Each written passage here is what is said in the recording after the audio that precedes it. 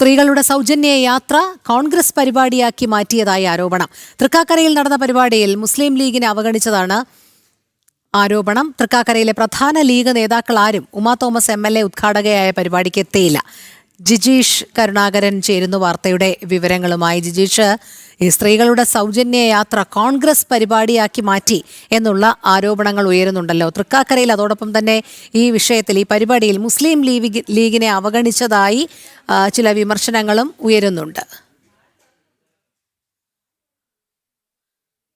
രാവിലെയാണ് കോൺഗ്രസ് പ്രഖ്യാപിച്ചിരുന്ന സ്ത്രീകളുടെ സൗജന്യയാത്രയുടെ ഉദ്ഘാടനം നടന്നത്. തൃക്കാക്കരയിൽ ഉമാ തോമസ് MLA ആണ് സൗജന്യയാത്ര ഉദ്ഘാടനം ചെയ്തത്. എന്നാൽ ഇതൊരു കോൺഗ്രസ് പരിപാടിയാക്കി മാറ്റിയതായാണ് ഇപ്പോൾ ആരോപണം ഉയരുന്നത്. തൃക്കാക്കരയിൽ നടന്ന പരിപാടിയിൽ മുസ്ലിം ലീഗിനെ തീർത്തും അവഗണിച്ചതായി ആരോപണം ഉയർന്നു. പലരും ഇത് വാട്സപ്പ് വഴി അറിയുക മാത്രമാണ് ചെയ്തതെന്ന ആരോപണം ഉയരുന്നുണ്ട്.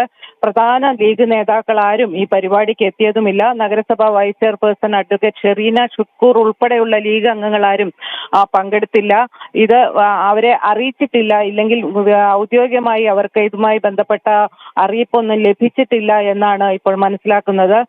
എന്തായാലും തൃക്കാക്കരയിൽ ഇന്ന് നടന്ന ഈ സ്ത്രീകളുടെ സൗജന്യയാത്ര പരിപാടി അവരുടെ വിഭാഗീയതയെ പുറത്തു കൊണ്ടുവന്നിരിക്കുകയാണ്. എന്തായാലും മുസ്ലിം ലീഗിനെ പൂർണ്ണമായും അവഗണിച്ചതിനെതിരെ പ്രതിഷേധം ഉയരുന്നുണ്ട്. മുസ്ലിം ലീഗിന്റെ പ്രധാന നേതാക്കൾ അടക്കം ഇതിൽ പങ്കെടുത്തില്ല എന്നാണ് മനസ്സിലാക്കുന്നത്. ഉമാ തോമസ് MLA ഉദ്ഘാടനം ചെയ്ത പരിപാടിയിൽ തീർച്ചയായും UDFന്റെ പരിപാടിയായി അവതരിപ്പിച്ചിട്ട് ലീഗ് നേതാക്കളെ അവഗണിച്ചത് വലിയ പ്രതിഷേധത്തിന് വഴിവെക്കുമെന്നാണ് കരുതുന്നത്. ശരി, ബീന റാണിയാണ് വിവരങ്ങൾ നൽകിയത്.